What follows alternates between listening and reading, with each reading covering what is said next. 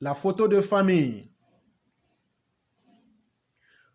Comme après chaque remaniement ministériel, nous avons eu droit à la photo de famille de la nouvelle équipe gouvernementale. Nous avions demandé que l'arbre soit élagué. Soit, mais les branches ont été coupées par le plus incompétent des paysagistes du moment. Nous avions pourtant recommandé d'éviter de faire du neuf avec du vieux. Le pouvoir en place, dans mon pays, s'apparente aujourd'hui à un bateau ivre qui va à la dérive. Je crains que l'histoire nous donne raison dans un futur très proche, car nous les élèves de la classe éclaireur pro-vérité ne disons jamais rien au hasard. Nos dires sont le fruit d'une longue étude émanant d'une équipe de personnes compétentes et très pointues. Nous sommes un panel dont vous semblez ignorer aujourd'hui la pertinence, mais qui ne compte pas abandonner. Déjà, avoir la mine de certains ministres sur la photo, on comprend que l'heure n'est plus à la rigolade. Et ceux-là ont conscience du tort qu'ils ont fait à la nation, en se maintenant ainsi dans un fauteuil qu'ils ne méritent pas du tout. Photo de ministres sereins qui ont su mettre en pratique les recommandations du chef et dont nous saluons la compétence. Image de ceux qui, malgré leur fortune mal acquise, ont laissé leur localité macérer dans la crasse, ayant misé que sur leur apparence physique, visage botoxé, bouche redessinée. Puis viennent ceux qui affichent la vanité ostentatoire et qui semblent nous faire un pied de nez. Ceux-là qui semblent nous narguer avec la mine satisfaite, comme pour dire nous sommes intouchables et nous n'avons peur de rien, c'est nous les plus forts. Quand les relations professionnelles cèdent la place aux relations familiales, le devoir de rentabilité du ministre fout complètement le camp et nous y sommes. Le vin est complètement tiré. Il faut le boire et le boire jusqu'à la lie. Et nous le boirons jusqu'à la lie. Avec la grimace du dégoût, mais avons-nous le choix?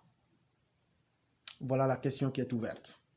Texte de Mère Massiata Blanc, et sa pensée et notre pensée collective est aussi bel et bien illustrée par ces propos de Saïd Penda que vous allez écouter et que vous avez déjà certainement écouté, mais aussi les paroles de Saïd seront suivies de ceux d'un élève de la classe, et tout ça, ces idées participent dans un même ordre pour dire que ce gouvernement actuel-là, c'est pas bon.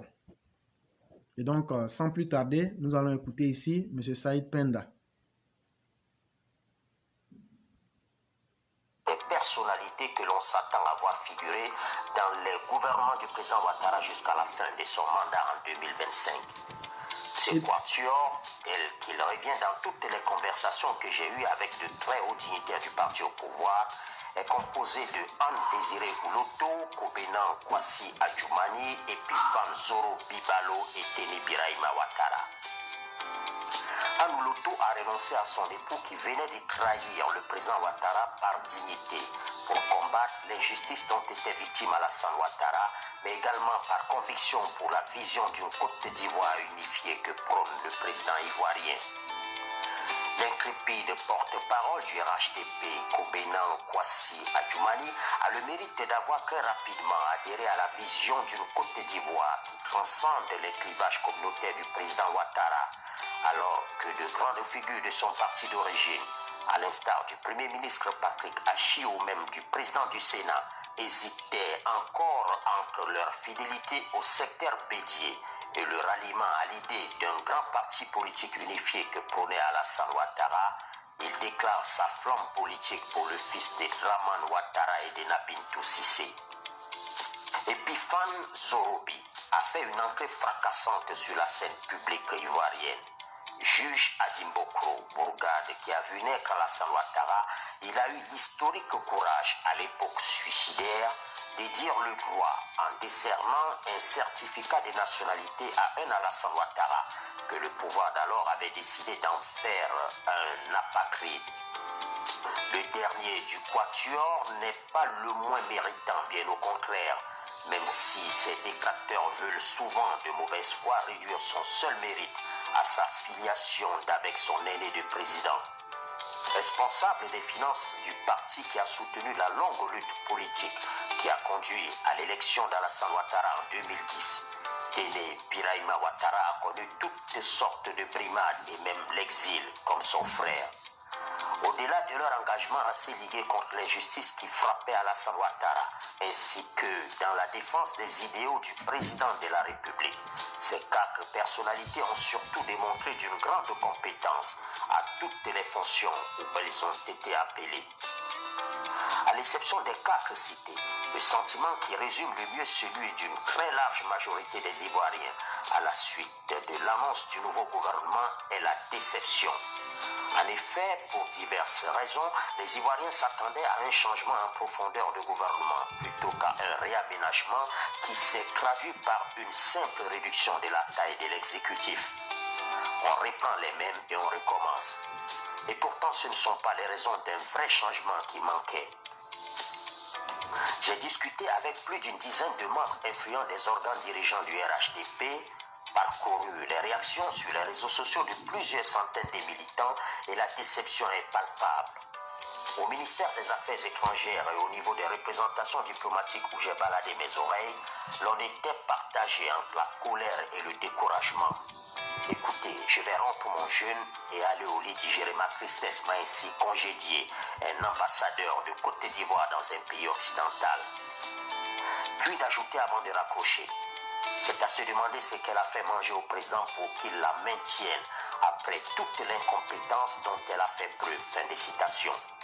L'allusion à la reconduction de Kandja Kamara au ministère des Affaires étrangères est sans équivoque. Un autre diplomate en poste à l'étranger avec qui j'ai échangé par email s'est montré moins nuancé. Dire qu'on l'a maintenu à ses postes après le scandale et la nomination de son époux à New York est insupportable. Au ministère des Affaires étrangères même, ceux des agents qui ont accepté de me parler ne cachaient pas leur amertume, voire même de la colère. C'est également l'incompréhension qui anime une grande majorité des partisans du président de la République devant la décision de ramener dans le gouvernement Mamadou Sangafoua Coulibaly, renvoyé de l'exécutif il y a moins de 2 ans pour fidélité assumée à l'égard du rebelle Guillaume Soro. Pire, lui qui n'a aucune compétence dans ce domaine, remplace au ministère des Mines, du Pétrole et de l'Énergie un technocrate pétri d'expérience dans le secteur. La pilule passe d'autant plus mal chez les proches de feu le Premier ministre Amadou Gon Coulibaly que M. Sangafoua n'a jamais reconnu le leadership du disparu à Korogo, où il s'est même souvent opposé au défunt enfant chouchou du président Ouattara. Bon sang, il n'y a pas que Sangafoua dans ce pays. C'est emporté un cadre du pouvoir qui a bien voulu se confier à moi. De façon générale, il nous semble que le président Ouattara n'a pas pris la juste mesure de la soif de changement de certains de ses fidèles parmi les fidèles.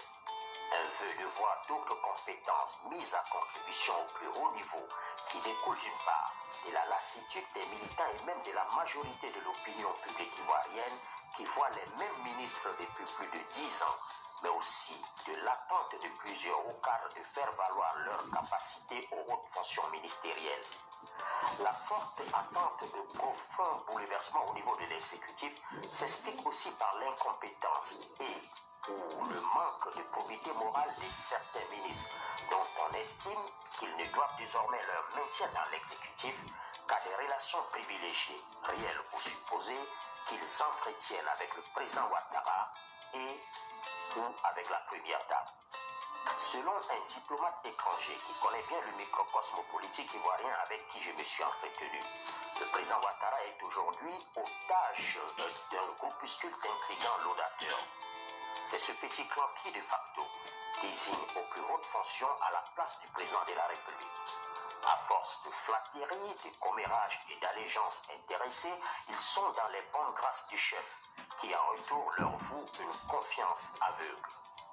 Ceux qui l'ont compris et qui ont réussi à identifier ces demi-dieux savent auprès de qui négocier des postes ou le maintien aux hautes fonctions. Et c'est souvent sur d'autres critères que le parcours politique et la compétence que ces Manitou proposent aux patrons l'écart à promouvoir ou à préserver dans leurs privilèges. D'où le sentiment désormais très répandu que ce ne sont plus les meilleurs qui sont promus. Et c'est bien dommage que tout cela se passe sous la gouvernance d'Alassane Ouattara, ancien numéro 2 du FMI mondialement reconnu comme un dirigeant modèle dont les compétences managériales ne souffrent d'aucun doute. En conclusion, et à notre humble avis, la question n'est pas de savoir si les frustrations et critiques, pour le moment diffuses, sont justifiées. Elles sont réelles et ce serait politiquement risqué de continuer de les ignorer. Elles doivent au contraire être prises en charge au plus haut niveau, au risque de voir le fort soutien dont jouit le régime s'effriter progressivement. Ce qui est vrai est vrai. Et donc, mesdames et messieurs, vous aurez entendu ce que le frère Saïd venait de faire et de dire. Et donc, nous allons définitivement passer à la réaction d'un militant. Et après cela, donc, vous aurez la parole pour vous exprimer comme vous le souhaiteriez.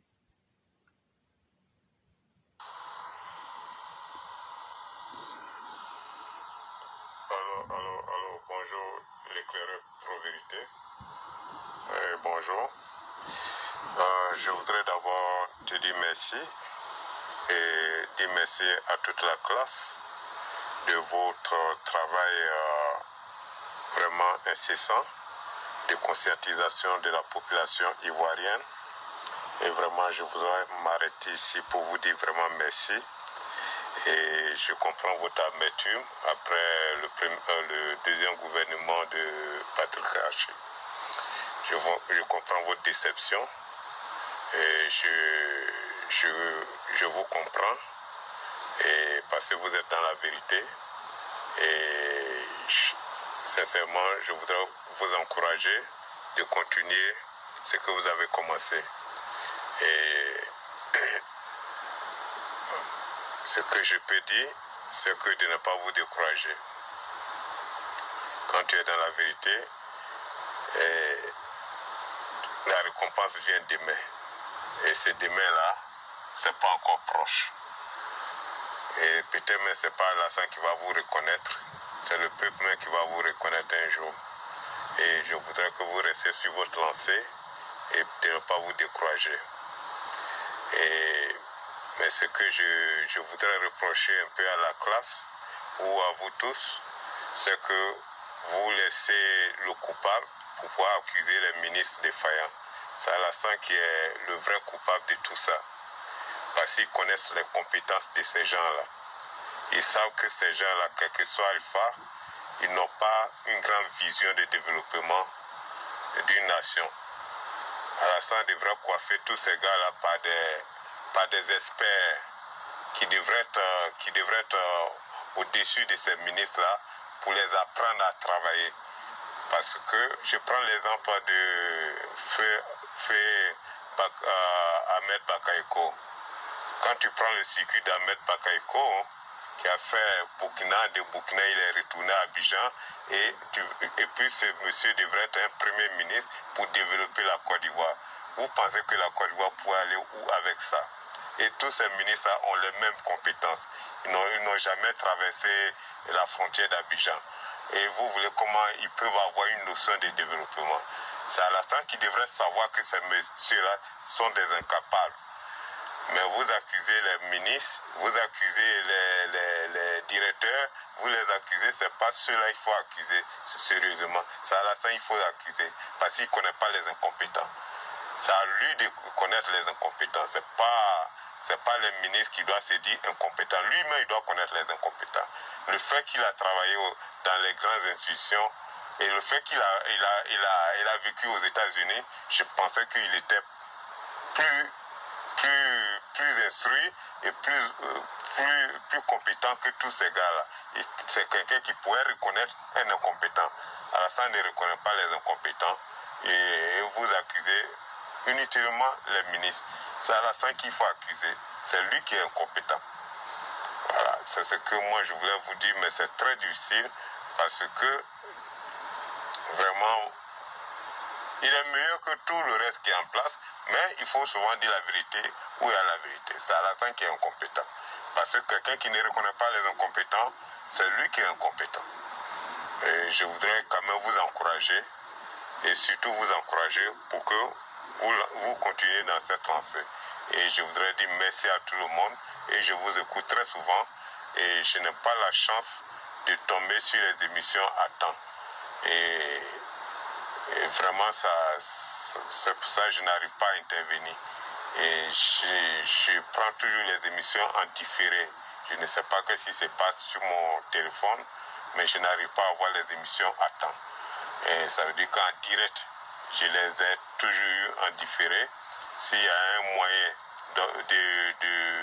d'obtenir les émissions en direct, vraiment, il faut me l'expliquer. Merci à vous et merci à la classe. Vraiment, merci. Et merci beaucoup. Et donc, mesdames et messieurs, vous aurez entendu cette pluralité d'opinions qui reviennent à un fait qui est le seul, c'est que ce gouvernement-là n'est pas du tout bon. Quels que soient les avis que vous aurez entendus, de Maire Blanc, des élèves de la classe, de M. Saïd Penda, des autres personnes qui réfléchissent, des diplomates, et c'est pas bon. Ce n'est pas bon pour l'image même du chef de l'État. Ce n'est pas bon pour la Côte d'Ivoire. Et il faut que ce gouvernement-là soit revu et recorrigé. C'est ce que je pouvais dire.